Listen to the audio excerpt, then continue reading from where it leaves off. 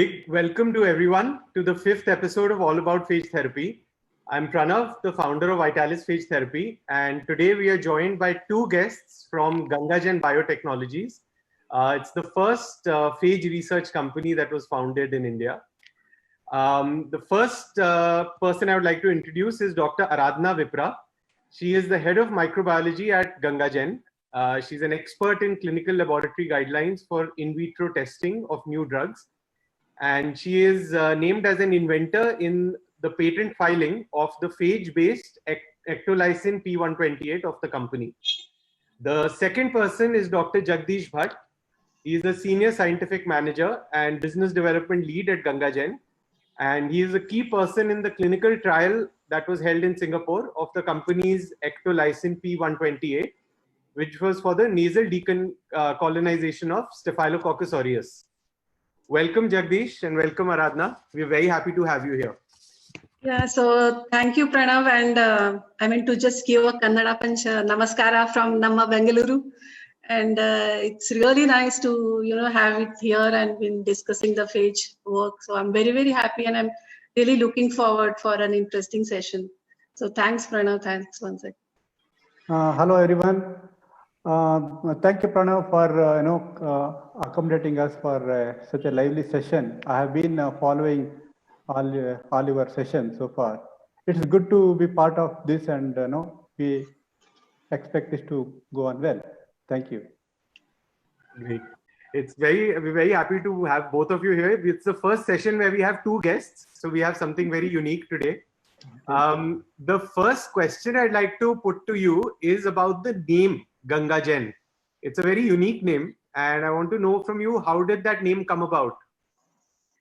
Yeah, so maybe I can just start it. It actually goes back to 20 years back, when I have to really refer to Dr. Ramchandran, who is a founder of our company.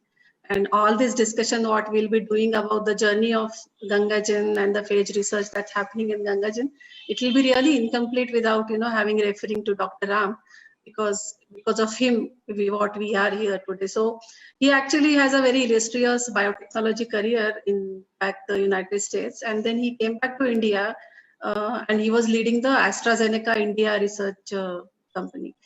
And then it just happens that after he retired in 2000, he was actually watching a documentary on BBC that calls Viruses That Cures.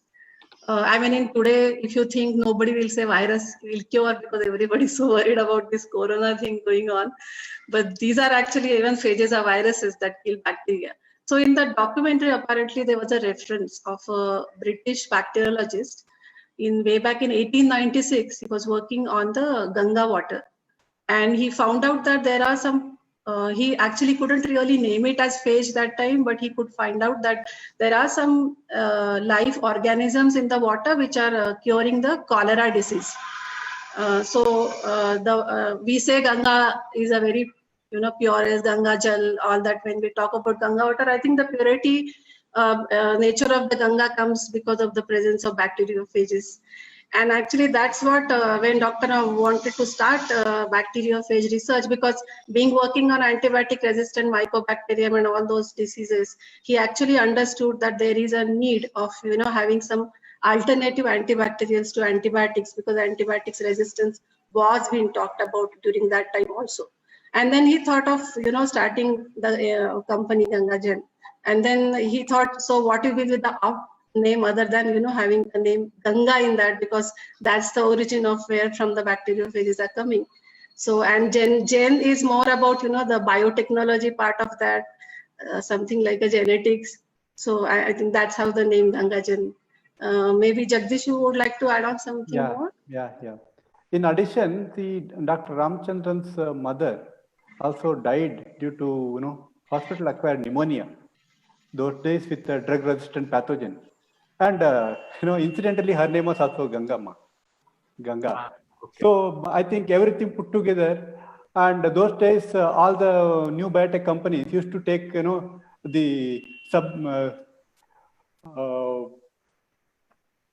the suffix of gen, gene, part of gene. So it became Gangagen. So that's where it had derived from. So it's multifaceted reasons for the company to be named Gangagen. Yes, yeah. And you mentioned it started in 2000. Yes, so the company started in 2000 at Bangalore, and then back in United States in 2001 also he established as Gangagen Inc. So we've been in Bangalore from 2000. It's been almost 20 years now. Yeah. So at that time in 2000, I mean, the problem of antibiotic resistance was already there, but perhaps it was not as well acknowledged as it is now. And definitely the awareness of phage therapy and phage research and bacteriophages was not so widespread as it has become now in 2020. So back in 2000, what made the founders set up a company which would do work with bacteriophage research? See, as we mentioned, Dr. Ramchandran was a renowned scientist who worked in the first and foremost company, biotech company, Genentech, in the US. And he pioneered molecular biology, cloning, expression, and several important cell surface receptor and all that. Later, he also served in University of California, San Francisco, and he was heading R&D team at Nurex Corporation, in California, that involved in developing innovative treatment of intractable pain, that is Giconotide. So further, he moved to AstraZeneca, and he was heading Bangalore R&D center here, and he retired in the year 2000. So then, by then, he knew all about the antimicrobial resistance, and his personal experience also added to it. And he was very sure that than going behind these small molecules which are antibiotics everywhere, we have to find something more novel which can have minimum resistance in coming days. So he founded this in 2000 and also incorporated in the US as Gangagen Incorporation in 2001. And the aim of the company was to develop novel therapies for treating antibiotic resistant bacterial infections. So maybe if I can add on, Pranav, when people were aware about antibiotic resistance, at least in the scientific fraternity, it was being discussed since long, especially the time when the penicillin was discovered. Alexander Fleming said immediately during his Nobel Prize award, it is up to human being as how they are going to use these antibiotics, because he could foresee the resistance occurring. So Dr. Ram, when he started, there was this superbug called MRSA, which is methicillin resistant Staphylococcus aureus. And that is a very dangerous bacteria. It is if I can actually tell you about, in scientific language, a gram-positive cocci. And then once it acquires resistance to methicillin, which is like oxacillin, which has been used routinely for the treatment, it started gaining resistance to various different antibiotics. And it was actually called as a superbug at that time, because there was no immediate new antibiotics in the pipeline way back in 2000. The daptomycin and all those antibiotics came little later.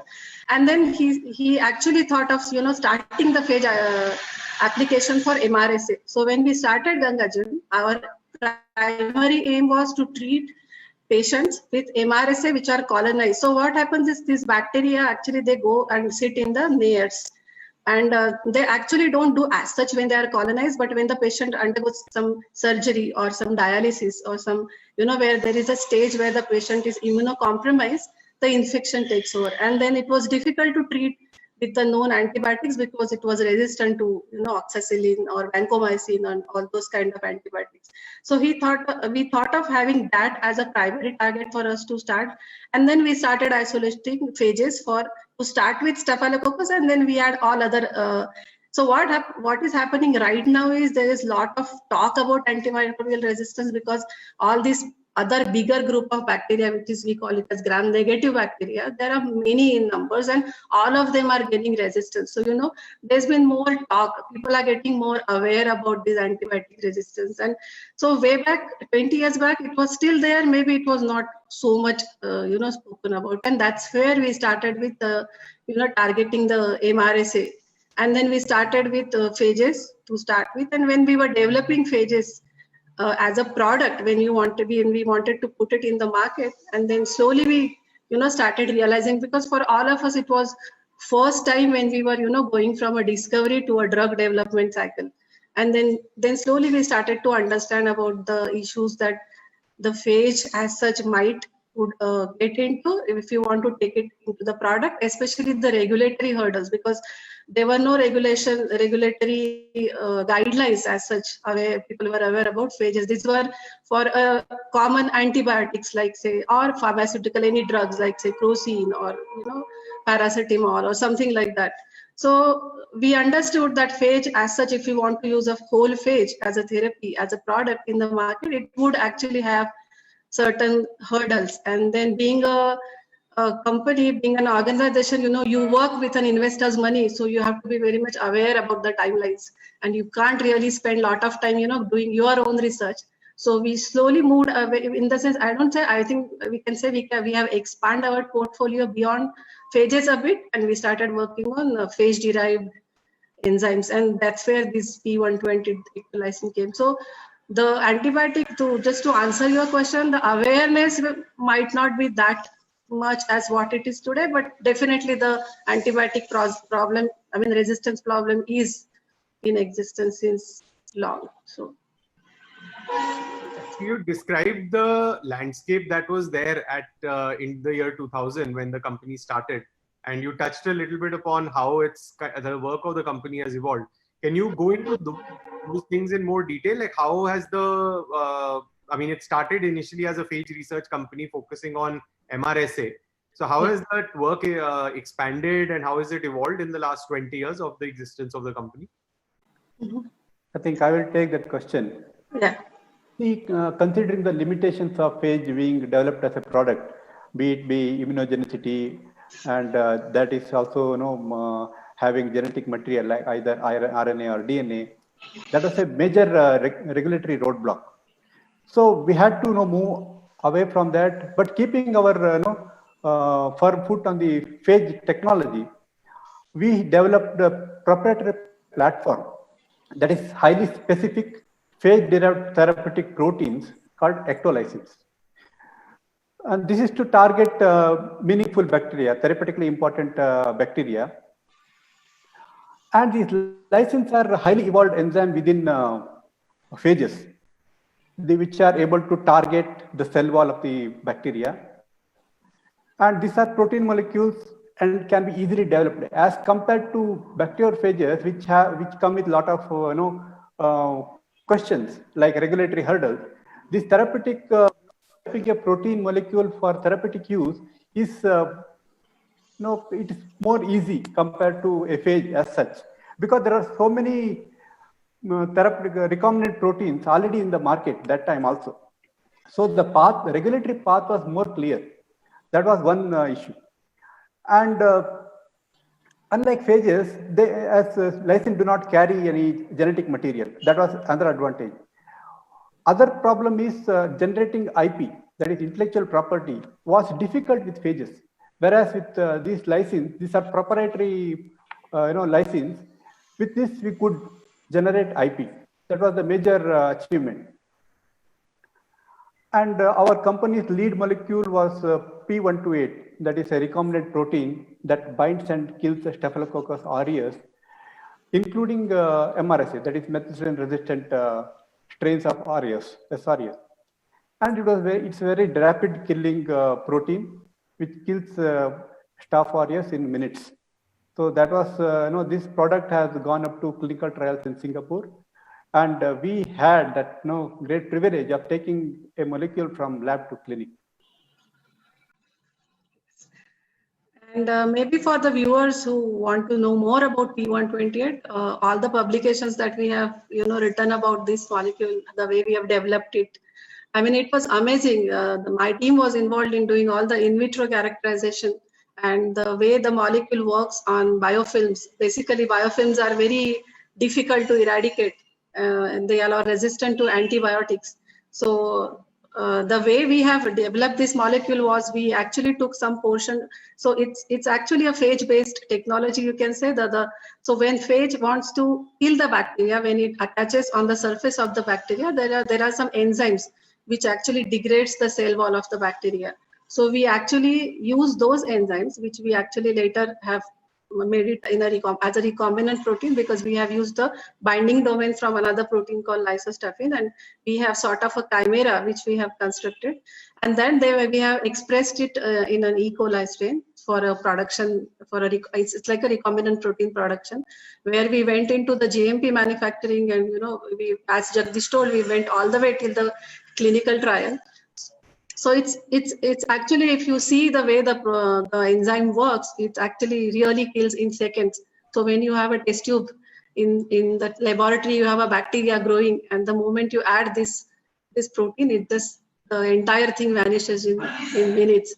So I mean, that's really exciting. So we actually have developed this, which is a phage, but doesn't mean that we actually really moved away from phages. We kept developing phages for other applications other than human applications. So we ventured into multiple other fields like veterinary, or which I will be maybe a little bit talking about later, about poultry, aquaculture, for environment. So I think we kept collecting phages because we wanted these phages because they are the source for our ectolysis. And then actually, I think I could say we have one of the highest collection of bacteriophages.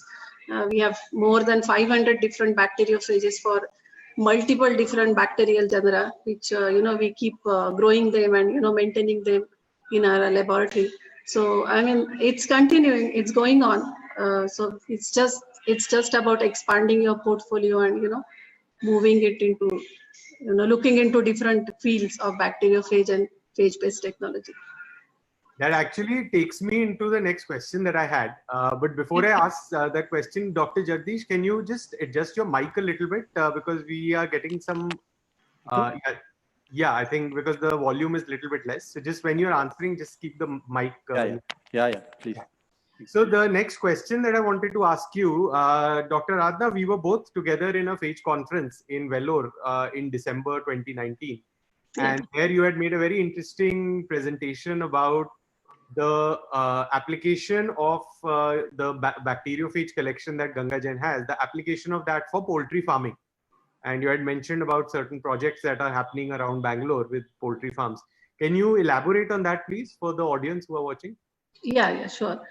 So Pranav, what's happening is the antibiotic resistance is actually considered as sort of, we can call it as a One Health kind of a problem, because it is not really only with the human pathogens. It is not limited only to the bacteria which are causing diseases in human, because these are the similar bacteria which causes infection both in poultry or in aquaculture. So what we did is there are multiple pathogens in poultry which we wanted to target, but we started with a bacteria called Salmonella, and that is the one which causes, so there are some species of Salmonella which are equally important both in human and in chickens. So if a person eats the meat which is infected with Salmonella, the person gets the similar infection that goes into the poultry, which is Salmonella enteritidis, gastroenteritis we call. And what happens is there is sort of this culture of intensive farming in the poultry.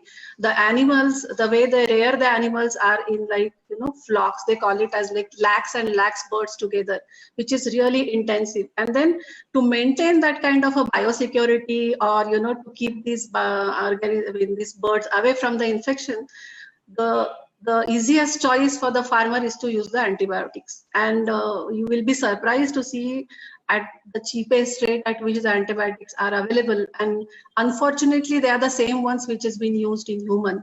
So we can imagine the future, what will happen if these bacteria, and the way the farmer use these antibiotics are, in clinical terms, if I could say, is something called sublethal MIC level, where they don't really kill the bacteria as such, but the bacteria, get used to in this presence of, and they survive, but they don't multiply.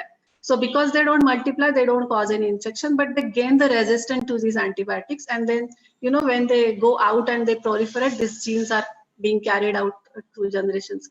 So what we did is we went around in multiple poultries in and around Karnataka, Tamil Nadu, and we spoke to the farmers, because when you want to develop any product, you really want to know what is the end user's requirement, what the stakeholders really expect from you, because this big thing of cost, it plays so much role in this poultry, because it's all about turnaround in terms of money, and they actually don't like to spare more than 5 or 10 paisa per bird, to be very precise, more on than what they are doing routine. So that was the biggest challenge for us, is to develop a phage-based product which is not very costly, and the farmer is ready to use it in their routine operations. If you tell them, some high funda science saying, you have to administer it in this way or that way, I mean, they are so busy in their regular operations that they will not be ready to use it. So that was the challenge. So what we did is we went out in the field, we isolated multiple different phages, and I mean, we really have a excellent collection of phages for Salmonella, which we have. Then later, something we call it as preclinical development, where we did a lot of, characterization of these phages in terms of genome sequencing to make sure that they are all lytic phages, that they are not lysogenizing, or they are not carrying any harmful genes which will be passed on to a different bacteria. And lytic in terms, they just kill the bacteria. They don't survive inside the bacteria, and that's what the endpoint you want. You want the bacteria to be killed. So we actually developed, we actually went for scale up.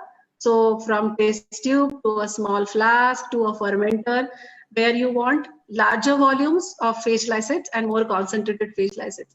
And then this formulation development was one learning for us, because we really went step by step to figure out which is the most cost effective but phage compatible formulation. And then we did multiple trials in the actual poultry farm kind of a setup, and we have seen excellent result with our phage product as compared to. So we maintain a different control groups.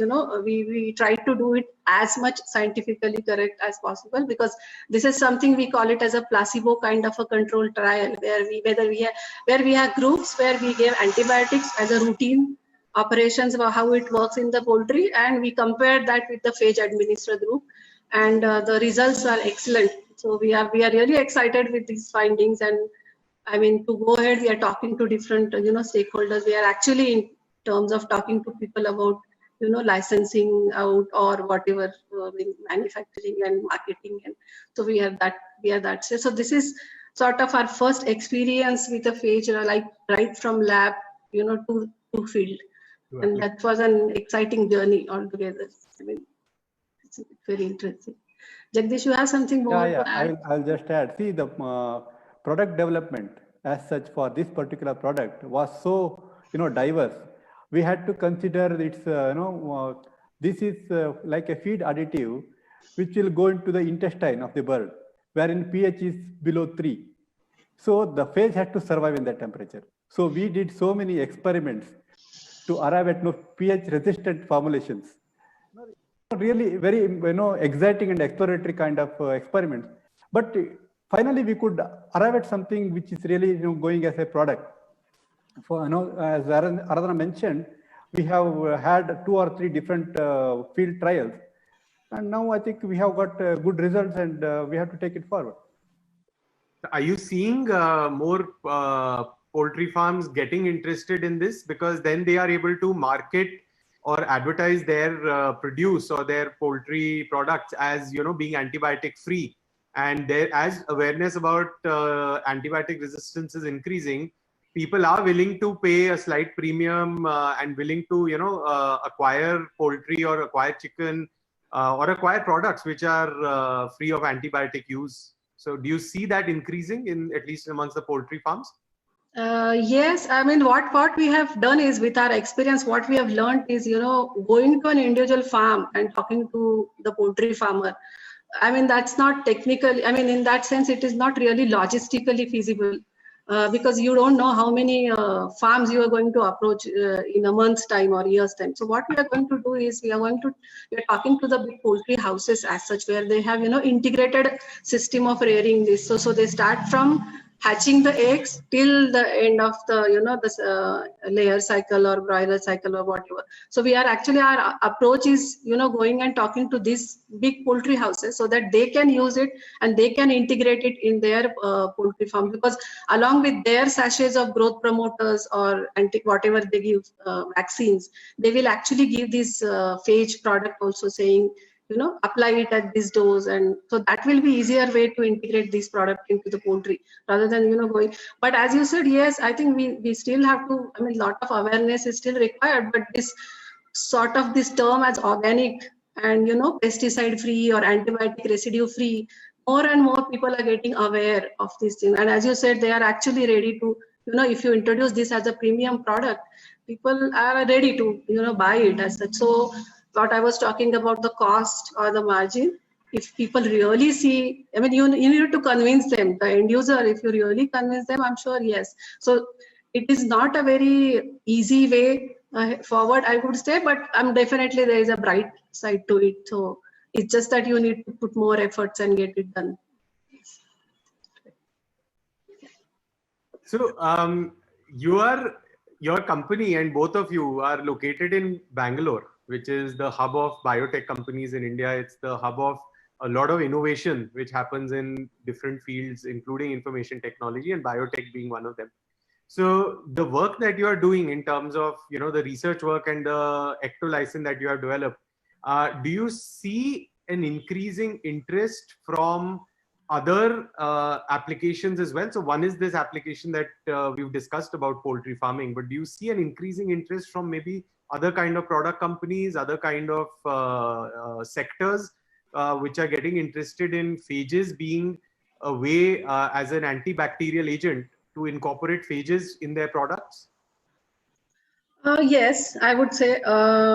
See, what is happening is in India, at least from when I've been here for 16 years now working on phages. So now there is a different traction which is building around the phages. But in Europe or now even in the Western countries, they are actually taking it big way. So there are lots of biotech companies in United States, or this Contrafect or Amplify Biosciences or Micro. They're already going to clinical trials with the phages or phage-based enzymes. So that kind of a momentum I haven't really seen picking up so much in India in terms of the biotech companies. The research is really opening up in universities. I'm sure you had in your previous lectures, you have people come, talking from universities who also spoke about phages, and we met so many people at VIT where they were presenting their phage work. So it is more limited to the academic, but I'm sure people are actually looking into the application phase. Also, they are into application mode. But yes, other than human applications, I'm sure there are many people who approached us as a collaborators. We actually work with them for, developing products for aquaculture. I mean, the phage product for aqua or for environmental application. So we did venture into those streams when different people approached us. Just to add. So we have got a few collaborative research proposals, just to tackle bacterial problems in different fields, be it aquaculture or agriculture or any other. So we have, based on the merit of the problem, we have considered either lysines or phages. See, for environmental or agriculture related problems, phages should work because that is very eco-friendly and so-called organic, so that should work. But for very specific, in case if it's for human use, then we are little hesitant to, propose phages, whole phages as such. With its own, whatever problem we had with the human therapy, same thing will apply here also. That's how we are, choosing between them. But do you see an interest from, say, agriculture companies, from other product companies like, maybe beauty products and those kind of companies for adopting phages as antibacterial agents as compared and taking away antibiotics from that supply chain? Yes, definitely. I mean, this momentum is building. Actually, even the end user, the customer, is actually looking for something which is, eco-friendly or organic or something like that. So, I mean, if you see the antibiotic resistance that's been, and the amount of antibiotics that's been used even in agriculture, if you say, all these brinjal or pomegranate or tomato or grapes, the amount of antibiotics they spray on these plants, and unfortunately, these are all being used as a prophylactic measure. I mean, there is no infection as such, but farmers just want to save the crop because they have invested so much in these crops. So unfortunately, the antibiotics have been used as prophylactic. So yes, there are many people who are coming to us asking for, and most of them know the approach for them is they want some alternative to antibiotics or the disinfectant, what they are using. And I mean, we know phages are so specific; they don't have any. They are so narrow spectrum in that sense, so they don't really kill the good bacteria which are essential for your body. So in that sense, yes. So all these other phage platforms which I've been talking about, the aquaculture, all the poultry, or the environmental cleanup, these are all actually when the collaborators came to us, they asked us whether we can actually work with them to develop these phage-based technologies. So yes, people are actually, and what happens is, it's many a times we get overwhelmed with number of people, asking. I mean, I know you know it very well when people. Some doctor will pick up a phone and call us and say, my patient is dying of Klebsiella infection, and can you give me a phage? And in that sense, it's very, I mean, it's a challenging, you are in the very different stage at that time. So, Pranav, many a times we have approached you, so we actually route it in that way. So yes, I'm sure. And, you being, being a pioneer in, really popularizing phages in India, and you have, it's your passion because you have experienced what it really means as a phage treatment.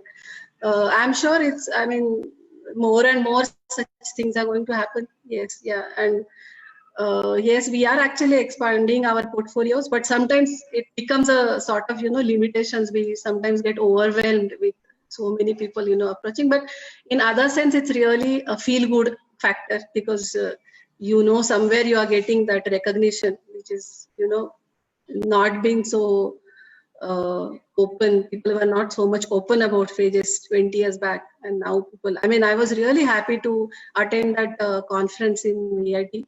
I think that was first time in India people were, all of them came together and talking so much about phage and phage-based solution. So yes, definitely, it's happening.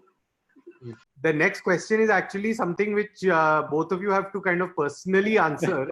Okay. But now we are going to just jump from the work Gangajan has been doing to how both of you got interested in phages. What sparked your interest when you were studying or when you had started working?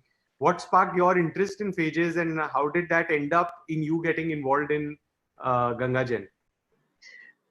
Okay, so maybe ladies first. Yeah. So I will start the. Yeah.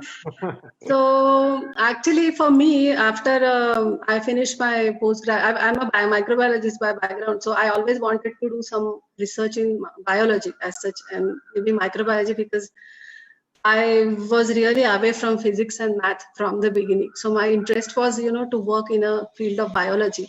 And then apparently my husband is an IT professional. So we landed in Bangalore in 2001.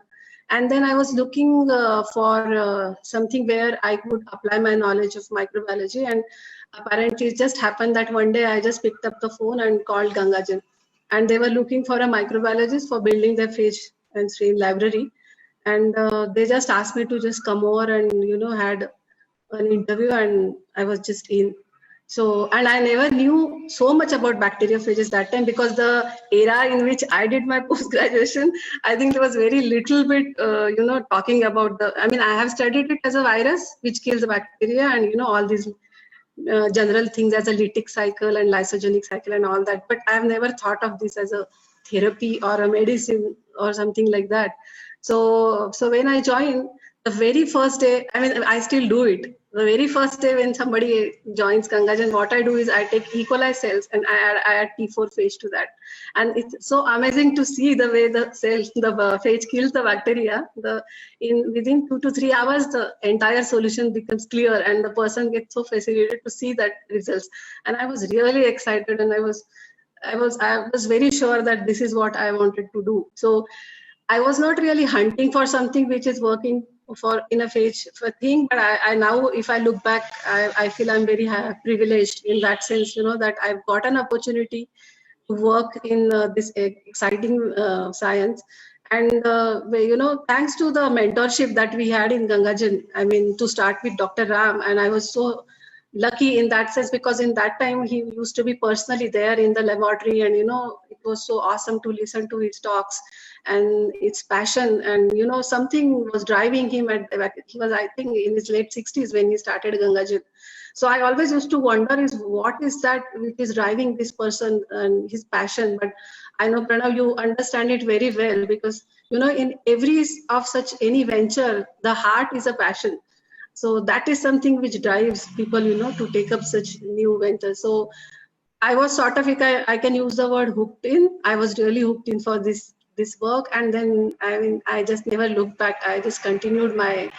So, and the type of work culture that we have established in Gangajan, I'm sure, many of us in Gangajan now, we have been here for 10 plus years, and it's been the most exciting and the best scientific pursuit, which I would say. And thanks to my mentors, I would like to talk about Dr. Jaishila. He was my first boss in the company. He was a microbiologist.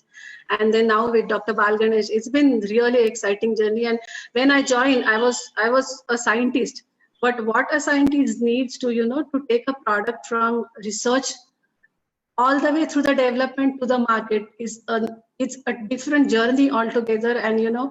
And you are really privileged if you get to experience that, and especially about something about phage. So if I look back now, when my first day was in the lab is like Dr. Jaishla gave me 10 boxes and told him that there are different bacteria in that, so please arrange all of them and start isolating phages for each of them. And then, I was very new, but then I started on that and then got so excited with the way the things work. So yes, definitely, I never came in thinking that I want to work in phage, but once I got to know what phages are and the way they work and that excitement, I think, there's a long way, but I'm sure I'm not going to, go back, so step out so quickly. I'm going to be here for some more years, definitely. What about you, Dr.? Yeah. I think it's it's very interesting. Even I am with Gangajan since 2006. So anyway, it's a very my privilege to be part of this company. I was training, and after my 2 or 3 years of experience in other companies, I was looking for a research career, and luckily it happened to for me to join Gangajan. So I joined in the process development group, and later involved in formulation development for P128, and did lot of phage purification. Then we were working with the Staphylococcus phages. That also I was involved. Then most of us got first time on job on the job training on phages at Gangajan, because we never did anything in our college days or in any other company. So the science itself is so fascinating. Okay. In addition, the exposure what we got in developing a therapeutic product from lab to clinic, which hardly you will get anywhere, because wherever you have a bigger company, each department will be limited to certain set of activities. Here we are a very small group. We get to know of each other's team, what everyone is doing, and complete sequence of events we will be completely aware of. And in addition, during this time, I also took active part in manufacturing and supply of the drug product for the clinical trial we conducted at Singapore for P128 protein. And Gangajan has become part and parcel of my life for past 13 years. And I don't know, we know at least, as Arana mentioned, 50%, more than 50% of us in scientific staff are here with for more than 10 years. That explains work culture and the advantage we have being in, right.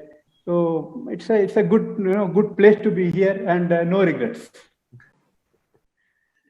So you mentioned about the clinical trials in Singapore.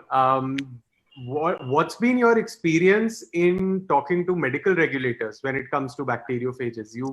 Gangajan has a presence in India and US, and you've done a clinical trial in Singapore. So what has been your experience vis-a-vis medical regulators, and have you seen a change in their attitude and in their response to phages from, say, 10 years ago to now? Yeah. So when we were doing the clinical trial at Singapore, this was a phage-based protein, which is a lysine. So in that sense, because protein kind of a biotherapeutics are already there in the market, so you can say monoclonal antibodies are there, or there are insulin kind of things are there. So this was not difficult in that sense. But when you talk about phages, yes, because what is happening is there are a fixed regulatory guidelines which people have been there exist for the antibiotics. So it's more of a bulk manufacturing and bulk usage kind of a thing. So guidelines are similar for 10 different antibiotics. These are the similar guidelines, because when you say daptomycin or when you say paracetamol in a simple term, it's the same paracetamol which is going to be used for millions of people. There is no personalization as such for a medicine in that sense. But when you come to phage, there's a big advantages of phages being very specific, but there has to be a diagnostic also to be done parallelly when you want to apply phages as a therapy. So many a times it just becomes that it becomes more as a personalized medicine. And then every time you use a different phage for a different patient, depending upon the type of infection the patient is having, that becomes a different phage product. So you cannot have n number of different guidelines for different products, which I think the regulators are now opening up, really thinking, because this antibiotic problem resistance is so high that when the FDA is already approving this compassionate use, and that's a big way, starting, I would say, for phages as such. And there are lots of in vitro, in vivo, and even the patients receiving phage therapy. So I'm sure, but the guidelines are still not out as such, but 100% there are efforts from, the industries which are manufacturing phages or, want to use phages in the therapy. The problem with them is like, the dosage, the main is the phages are live entity. So they will replicate in your body. They will multiply in your body when they attack the bacteria. So you cannot really have a defined kind of a dose. So when they say you give 500 mg of paracetamol, there is some basis on which these products are developed that way. So what they do is when the paracetamol is taken in your body, they sort of do a scientific study to understand what is the level of paracetamol in your blood, or how much paracetamol should really concentration to go into blood, which will help you curing or whatever, coming the fever, getting this one and all. So like that for phages as such, you cannot really arrive at the fixed doses as such, because they are replicating. And there are no studies as such which is done, which we called as pharmacokinetics, which is with something like PK/PD they call it. So it is not really well defined as such as of today.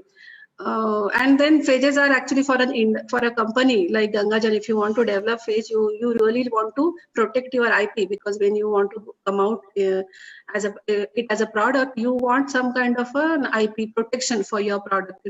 So phages being available naturally in the environment, I won't say it is extremely difficult, but it is not a easy way forward to have a patent on the natural phages as such. So there are these kind of a little regulatory, I won't say hurdles, but these are the issues which regulators need to. But we've been talking to some of these regulators of late, and it's more about how much trials or studies we'll do. At least I would say, to start with, if we have a data collected for a compassionate based phase trials, which they are doing now. FDA is giving a fast track approval. There was a recent trial done in San Diego, and it's been published in a very renowned journal of microbiology, AAC. So there is definitely an acceptance happening, and I'm sure more and more such trials and phage community coming together will definitely open up these regulatory. It will start. It will make a way for the regulatory people also to think about this. It's just that more data need to be collected, and more scientifically appropriate data need to be collected. It's giving a phage to a patient and patient getting cured is, yes, exciting, and it's a very satisfying thing. But a lot of background data need to be collected. To present it in front of the regulators. So that I'm sure will help them to arrive at some guidelines. So I don't say it is a very long way, but it's just that, we as a community need to be together and, form these kind of guidelines. Dr. Jagdish? Yes. See, generally all these regulators are known for, having a prescription medicines. So they will scrutinize every drug, how it can be prescribed. And when it comes to phage, first and foremost thing is it will not be single infection. It will be multiple infection. Second one is this prescription dosage cannot be arrived at, as Aradhana just mentioned, because of this is very difficult to arrive at because of PKPD parameters. Now, other issue with the phages as a product is before you use phages for therapy, you should be very much sure that these are the bugs there. All the antibiotics are broad spectrum, and you can use anything, a combination of the different antibiotics to cure. Now, with their medical knowledge, doctors use it. But when it comes to phages, you have to be very sure, you have to diagnose. See, diagnosis is the key when it comes to phage therapy. I think that is what you have started doing, to help people who are here. I think that is the key step for phage therapy. Unless you know the bug is characterized and it is identified, then phage therapy will become much more easier compared to other antibiotics. Second one is all these drugs will go by something called monograph. So the characteristics and its purity, this, that, everything. But when we are working with phages, they also get, you may have to supplement. You may have to supplement with the newer phages to the cocktail, because you never know, one cocktail may not work for all the bugs with in all the patients. So there is a tailor-made product is required. It is not a ready-made prescription drug wherein one bottle is available, you use it across all patients. It is not possible. So these are the key things which need to be considered. I think just the fact that medical regulators have started showing up at phage conferences in India, as well as at the phage futures in Europe, as well as in the US, I think that in itself is a signal that at least regulators are becoming more accepting and aware of it. And yes, as you very nicely summarized, the challenges which are there, which need to kind of possibly differentiate the characteristics of how phages have to be regulated as compared to how antibiotics have been regulated. But it's, I think, as you mentioned, it's a positive sign that at least we see regulators attending phage conferences. Of course. And I would add one more point. Yes. The physicians are the key. They have to be party to this. So they should understand how phages work and know the advantages of phages when none of the existing antibiotics work. See, if they can take a step forward, I think that will be a good sign. We have a lot of students who are watching this, a lot of microbiology students, a lot of students from in and around your city as well. And you're both senior, scientists working in the area of phage research and application. What would be your message to the students who are watching, who are possibly interested in phages, who are maybe considering taking up phages as an area of study and possibly looking at careers going forward in this area? What is your message to those students? Oh, I love giving such messages, but doctor gets very angry. So, I mean, just to see, it really applies to any kind of a research you want to do. I mean, not very particularly about phage, but to have a life of a scientist, it's sort of exciting, but very challenging in that sense. So a student has to, they have to really prepare themselves. First of all, I mean, they really need to think about what they do, what do they want out of this, because this is a long journey and you need a lot of patience and perseverance, because today you do an experiment and you expect something tomorrow morning when you get to go to lab, you see nothing is working and everything is boomed, and then you can't just sit back and say, oh, I have to start this all again. You have to do it. I mean, something has to keep you going actually. So, and that's most of the time what I see is a passion, which people, I mean, if you really want to do research, you need to be passionate about your work, because it is not something which you get it in like 15 or 20 days. I want to work for 6 months and then just take the experience. So many times I don't understand what do you mean by take this experience, because I mean, as much as you work, you get this experience with more and more amount of your work. So you have to have that passion. You have to, if you really think you are a passionate and you have a lot of patience and perseverance and you can really go on, keep working, then I think this is an excellent field. You need to be methodical. You need to be really, I mean, very sure about. I mean, scientists are vague in that sense, but in sometimes you need to be methodical in your approach when you want to. So, a lot of troubleshooting is involved in all these studies, because there is no A plus B is never a C in biology. You will always see B is somewhere and A is running away from B. So all these kind of situations, you need to really be, ready. So if you are very sure that you are meant for such kind of a research, I think this is the excellent. But there is no easy way out and there is no immediate remedy for anything. It's a long journey, but if you ask me, it's the most exciting journey. And especially working in a drug discovery or research and development kind of an area, this is, so I would actually really ask the students to work hard, study well and get into it. I mean, it is worth giving your time and career. I mean, look into this as a career. So that's what I would actually tell them. Dr. Jagdish, what about you specifically? What would be your message for students who are looking at making a career out of phages, like making a career out of phage research? See, definitely students of microbiology and other streams should come with strong background, strong knowledge of whichever they are studied.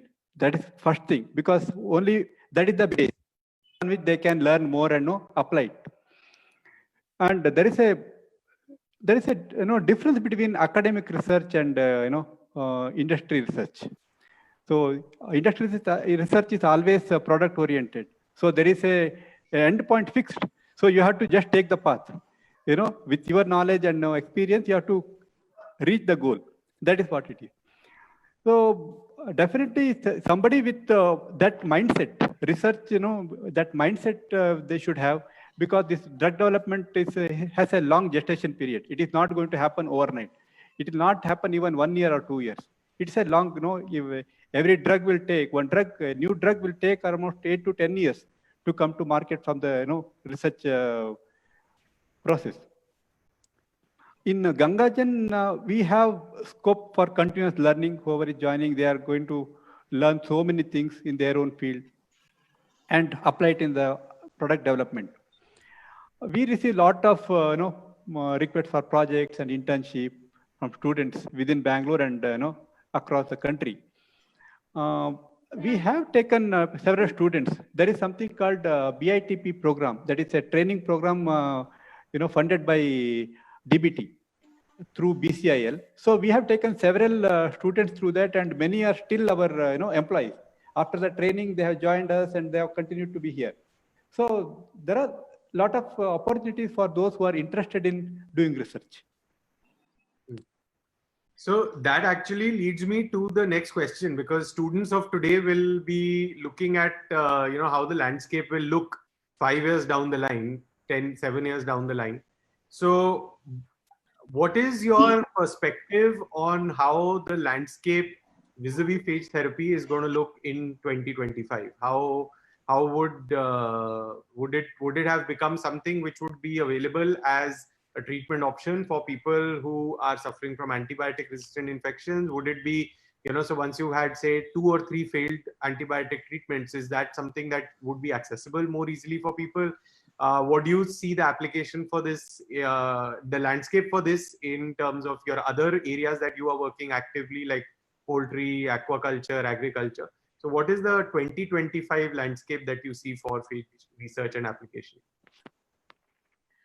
So I would say Pranav, that yes, definitely there is an acceptance. I mean, we have come to that acceptance term at least right now, because the antibiotic resistance problem is so much everywhere. As we say, it's in human or animals or environment, or so I'm sure everybody is looking up. So what I always think about is, we as a phage researchers, we need to have a sort of a community or sort of an ecosystem where there are different people coming in together, say researchers or scientists like us, then the investors or the funding agencies who are going to fund for this work, and then the regulatory, then the medical fraternity, which are actually the most important part of this entire ecosystem, and then also the end users. I'm sure the patients are actually desperate. People really want something alternative to antibiotics because they are actually dying of antibiotic resistance.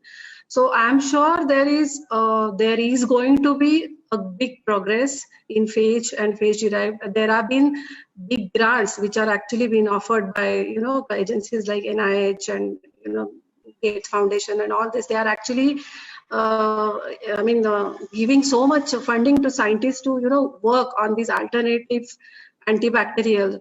So yes, there has to be a combined community and collective efforts from all these different fields, which will actually help, because then you, as I was talking about, you collect the data, you collect the clinical trials data of 10 different cases you have, and you have this data, and you go and talk to the regulators, present it, show their issues about the negative effect or immunogenicity or whatever so-called fear that is around the phage thing.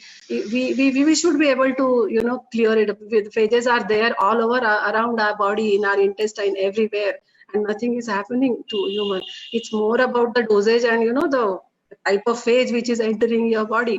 So these are all perceived kind of, maybe in some way, the notions, and we need to clear it out. So when there is a collective efforts from all these different people, I'm sure, and it's going to happen, because many people are, people like you who have taken so much initiative, to spread out the word, and you are still, you are helping people out with us, who need phages, who have infections which are antibiotic resistant. So I really want to congratulate you for that, and you've been doing such a tremendous work in this area, and we need more people like Pranav to come out and talk about phages, and that will somewhere will definitely so the way antibiotics, so the phages were they were being used, they're still being used in Georgia or Ileava, with whom you are working. They are available as over the counter.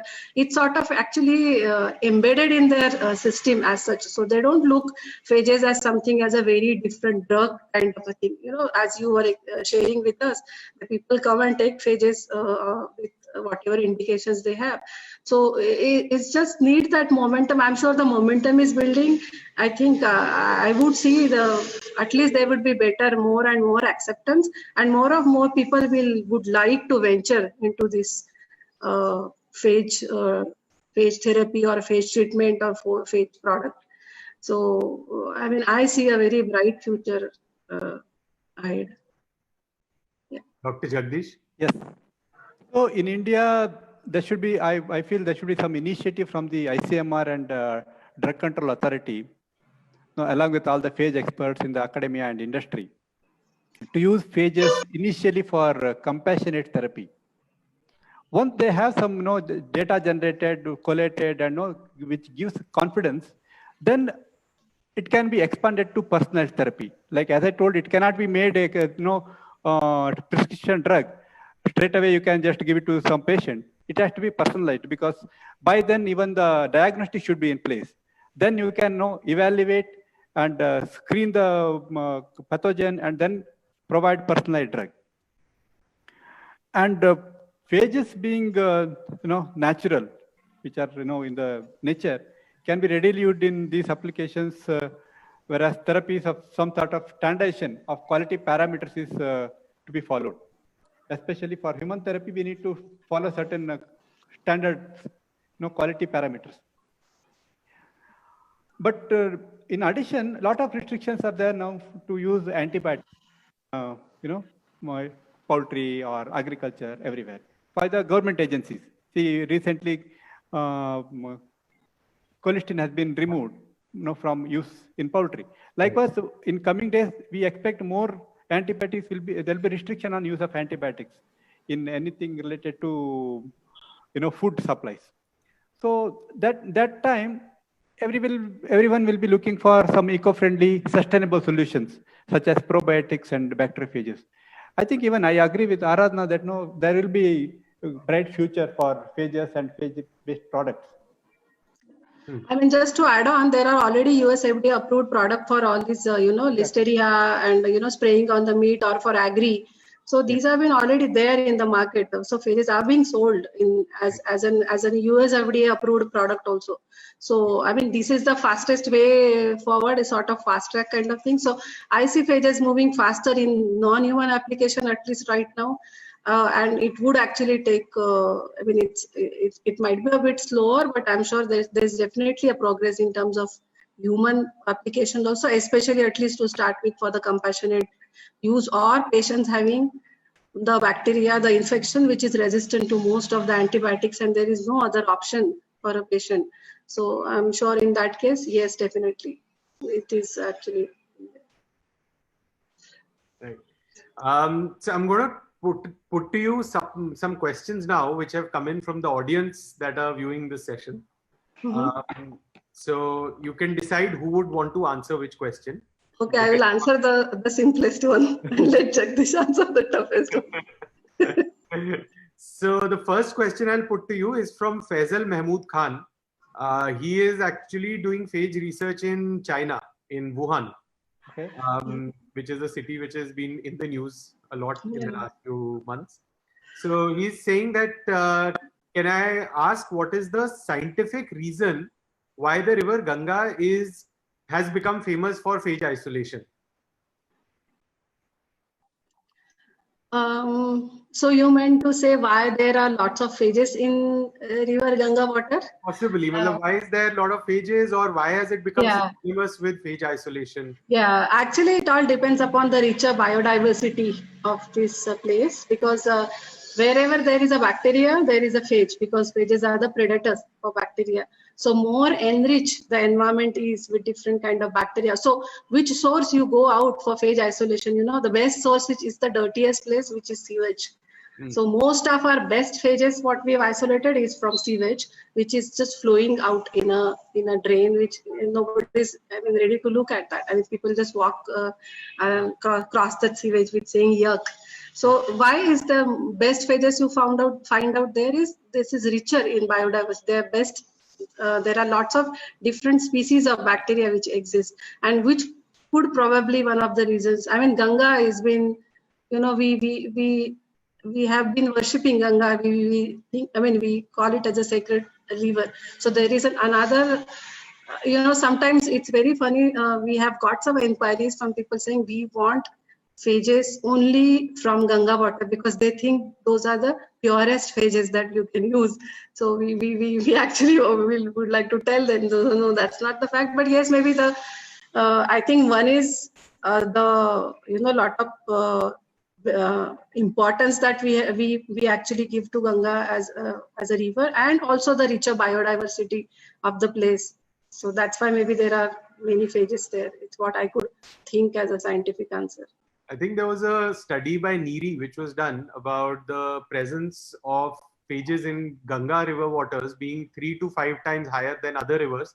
And I think the main reason for that, as you mentioned, is the biodiversity. And in a river which has seen human settlements around it for centuries. Years to that is what has added to the biodiversity, and that is what led to phages being in a higher concentration. Possible, yes, yeah. There's a question from Raghav Mehta. So possibly Dr. Jagdish, you can answer this one. Yeah, please. Dr. Aradhana took the previous one. So he's saying, Raghav Mehta says, I was one of the students in the ICBRA-MR conference in Vellore. And at Gangajan, have you thought of using phages for diagnostic purposes? So far, we have not taken up any diagnostics using phages. But there were some efforts with lysins, because we wanted some precision diagnostics. See, the developing phage-based diagnostics is already available for tuberculosis and all those, some of the pathogens already. We didn't take up any such effort in Gangajan. Dr. Adna, would you like to add to that? Yes, as you said, actually the best thing about phages are they're very specific. So we did some, we didn't really design a diagnostic tool, but we have done some experiment with our P128 where they are so specific about Staphylococcus. So in the mixed infection kind of a thing, when you have to pick up the staph, you have to choose, or you have to kill the staph specifically, we have to diagnose the Staphylococcus specifically in that mixture when there is a combined infection. Yes, but I mean, that's a different field altogether. And right now we don't want to venture. We are more focused on the therapy part and drug resistant bacteria and treatment of those. So, I mean, that is too much of expanding the portfolio right now. But yes, there are multiple options open for phages in diagnostic. They've been so specific. The next question is from Dr. Urmi Bajpai. She was there as at the Vellore conference as well, and she had made a very interesting presentation about her work. So she is asking that what do you think are the major gaps in our understanding of phage biology, which might help in their acceptance for human therapy? Okay, so first of all, hi Urmi, and I hope she's doing good. See, the acceptance, the gaps are more from one is the users. They are not been, in the system as much as the antibiotics have been there. So these are not studied into that details in terms of the regulatory perspective as what we are talking about the, pharmacokinetic or PKPD dynamics or, the safety, toxicity, the immunogenicity. So these parts there are in vitro and some of the in vivo studies also, but there is no enough data which is collected to address these issues. So unless we really do trials and, study these things into details, there won't be a data. I think these are the major gaps. Many a times it just happens when you don't do it, you perceive a lot of things out of that. So I think it's more about doing a lot of clinical trials and generating a lot of this data and really assessing the data. So these are the major gaps, I think, in the regulatory setup. The next question is from Amatullah Nakara, who says that I was an attendee at the ICBRA-MR conference in December 2019.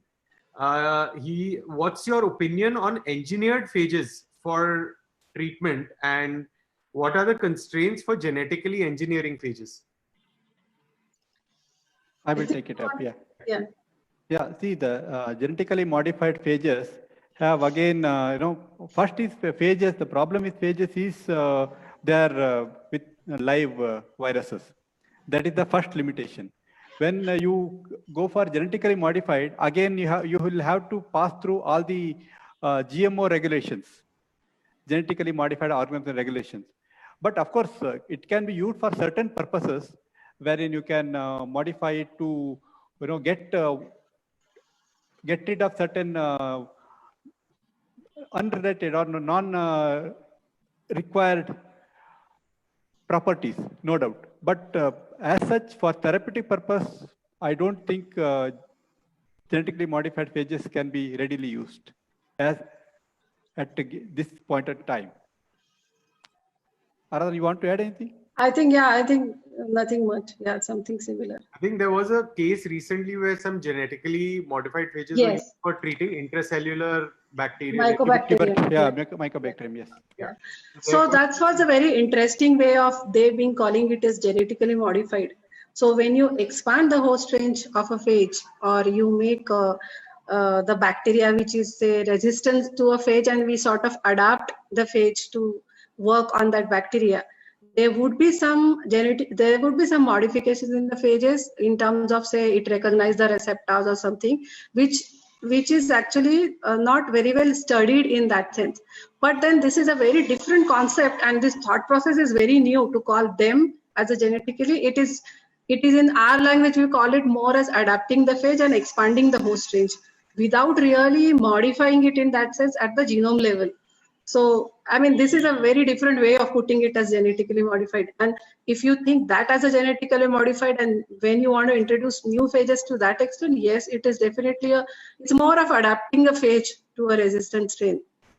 I'm sure there are the makeup is changing. The phage is now working on a bacteria, but that's happening naturally. You are not really introducing any modification in the phage outside, in vitro, in the laboratory. So, I mean, that's a different way of looking at genetic modification. That's so it's more of a way of terminology and how you are terming it. Yeah, yes. And this natural adaptation keeps on going in the nature. It's a continuous evolution process. That's why when people talk about resistance to phage, we are not so much worried, because the phage also is parallelly, actually, it's a predator and prey kind of a relationship. So the moment the bacteria is getting resistant, the phage is actually trying something new, some new tricks. The phage has a lot of its own machinery to make these changes. So this is a continuous evolution which is happening. But mentioned sewage. That's why actually the outlet from hospitals is actually the place to find the best phages. Yes, best phages which are sensitive to XDR, to extremely drug-resistant bacteria. Yes, yeah. You're learning a lot of phage biology, Pranav. So the next question I'll put to you is from Sheetal Patpatia, who's asking, what do you think about the magistral phages? That has been in the news a lot from Belgium. So she's asking about what do you think of your opinion on magistral phages? Jagdish, I don't have. I have not come across it. I think I have. I don't have much idea about. I mean, I haven't really read it on these things. Okay. Satish Gupte wants to know that do you see any drawbacks of phage therapy? I think maybe he's talking of application across different fields like human treatment or agriculture or aquaculture. So he's asking what he has the drawbacks of phage therapy. No, I won't say it as a drawback. Then in terms of, like, say, antibiotics also, there are drawbacks of this resistance. So every biological entity that you are going to use for treatment will have its own limitations, which if you are aware of that upfront, I think you can always overcome. The most important concept in this phage therapy is you need to have new pool of phages being generated after every a gap of time interval. Say, I don't know whether it is 1 year or 2 years, but you have to continue enriching your library. You can just have one set of phages and saying that, yeah, these are the ultimate things. Because as we were talking about, the bacteria will actually gain resistance. The more and more you expose them to phages, even they want to survive. So they will gain resistance, and you have to keep isolating phages against these resistant bacteria. So it's a continuous process. You can't just stop at one stock of phages, but it's up to you whether you want to call it as a limitation or you want to call it as a second generation or third generation product. So one is the specificity, I would say, and another is this expansion. Other than that, I don't really see any, major limitations as such. In terms of cost and all this manufacturing and all, I think this is almost comparative to any other antibiotics you would like to manufacture. Dr. Jagdish, would you like to add to that? No, I think same point. So the resistance is the key. So definitely we should have a backup, second generation set of phages, which has to be supplemented to the existing product. So that's why we cannot sell it as a ready product all the time. That's what actually I meant in the earlier conversation.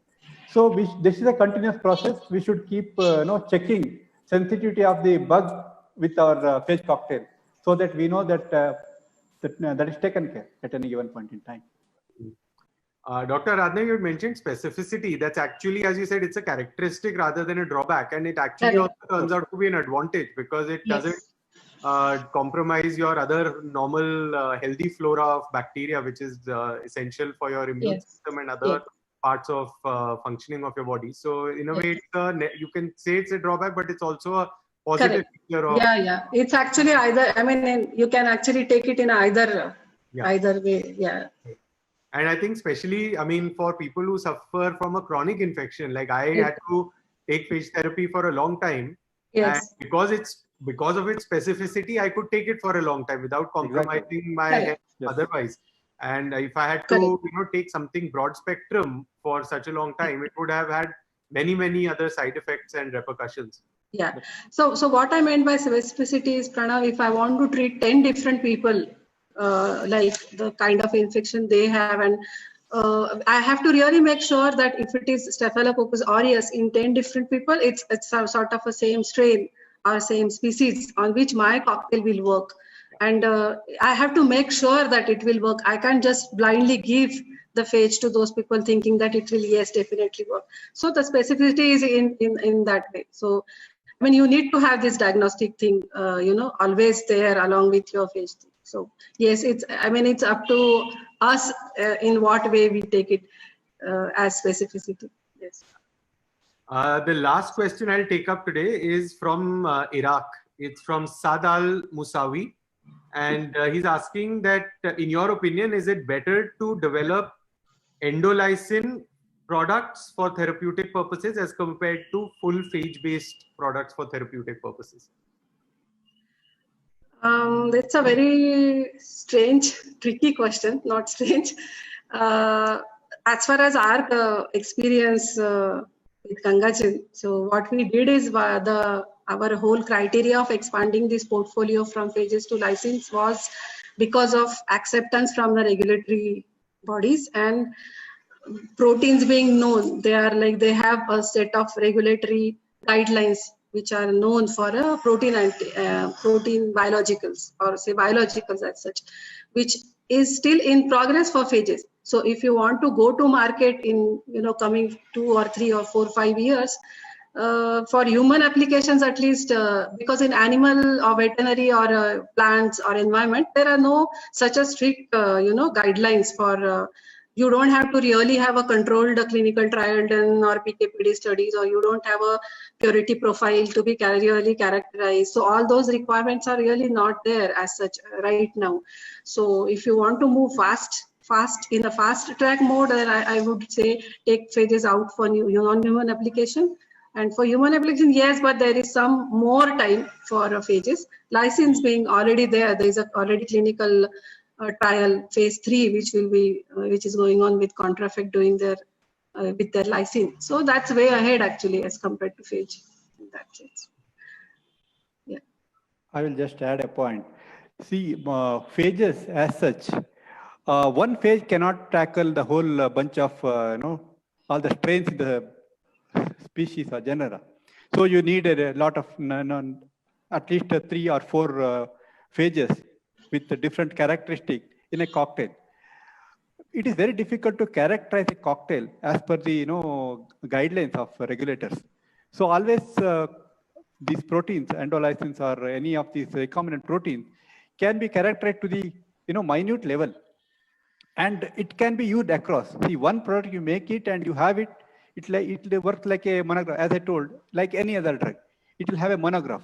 But when it comes to phages, you have 3 or 4 phages in a cocktail. Few months later or a year later, you may have to add on some more phages to tackle the resistance.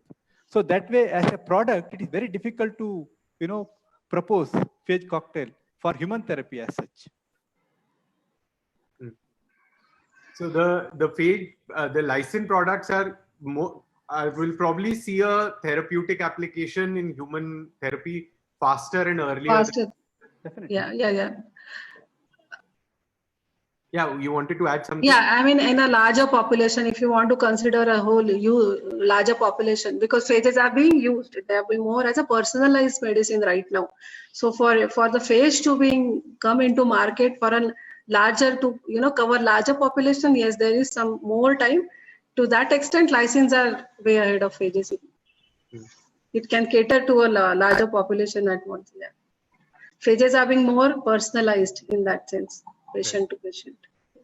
And lysins could get added to existing antibiotic compounds to increase their efficacy levels. Yeah, we can actually use them as in a synergy. But I think that same thing applicable to phage also, because the multiple phage and antibiotic synergy also is there. So thank you so much, Dr. Jagdish, Dr. Aradhana, for joining us and answering all the questions that I put to you and that the audience put to you. You've taken out almost 1 hour, 20 minutes for us. So thank you so much. And thank you as always to our audience, which remains engaged with us, and they put such interesting questions for everyone who's coming on these discussions about phage therapy. We are very happy to see that there are more phage therapy virtual discussions which are starting now, more phage therapy events which are starting. So Phage Directory is going to be starting soon their virtual events. So it's good to see more and more phage events coming up, and it will hopefully spread the awareness about phage therapy and spread the message of phage therapy to a greater number of people. So any last message you would like to have for the audience? Yeah, just first of all, thank you so much, Pranav, for your initiative and your passion and the way you are, you really into that for phages being there out in India and also on a global platform. So, I mean, it was really refreshing for me going past right from when I joined. I think it's been long time I have really discussed about how my journey, my scientific pursuit in this phage research has been. So it was actually, going back into the past and, getting all these nicest memories out. So thank you so much. And I hope more and more people get interested looking into the alternate antibacterials and things like phages and phage derived proteins, and hope more and more students, researchers will be passionate to work, and as such on a global scale for a humanity. I mean, it's a great feeling that you are contributing to a humanity as such, for tackling this antimicrobial resistance. So thank you so much, Pranav, and we wish you all the very best for your Vitalis project. Thank you. Thank you, Pranav. I think it's a wonderful discussion we have had today. So I congratulate you for taking this initiative, and also you have completed 5 sessions as on date of people who are in the field of phage therapy and phages as such. It's very nice. You continue to do this effort. I think this should reach more and more people and make awareness. And I think a day will come wherein phages will become one more common. Okay, everybody will know about it, and people see it is like Ayurveda. Ayurveda, how it has been from tradition, from our practice, it has come in. Even phages are similar to that, no different. Only thing is there are certain limitations in the drug regulatory authorities. That's where we are into this problem. But I think a day will come wherein there will be larger acceptance of phages and phage-based products. I hope to see that day soon. Yeah. Okay, thank you again. Thank you for the opportunity to talk to us. Thank you. So we'll be back soon with the 6th episode of All About Phage Therapy. So keep an eye on our social media platforms. We'll be announcing that soon. And thank you, Dr. Jagdish. Thank you, Dr. Radna. Thanks. Thank you. Wonderful having you here. And everyone take care, stay safe, stay healthy, and goodbye. Thank you. Bye.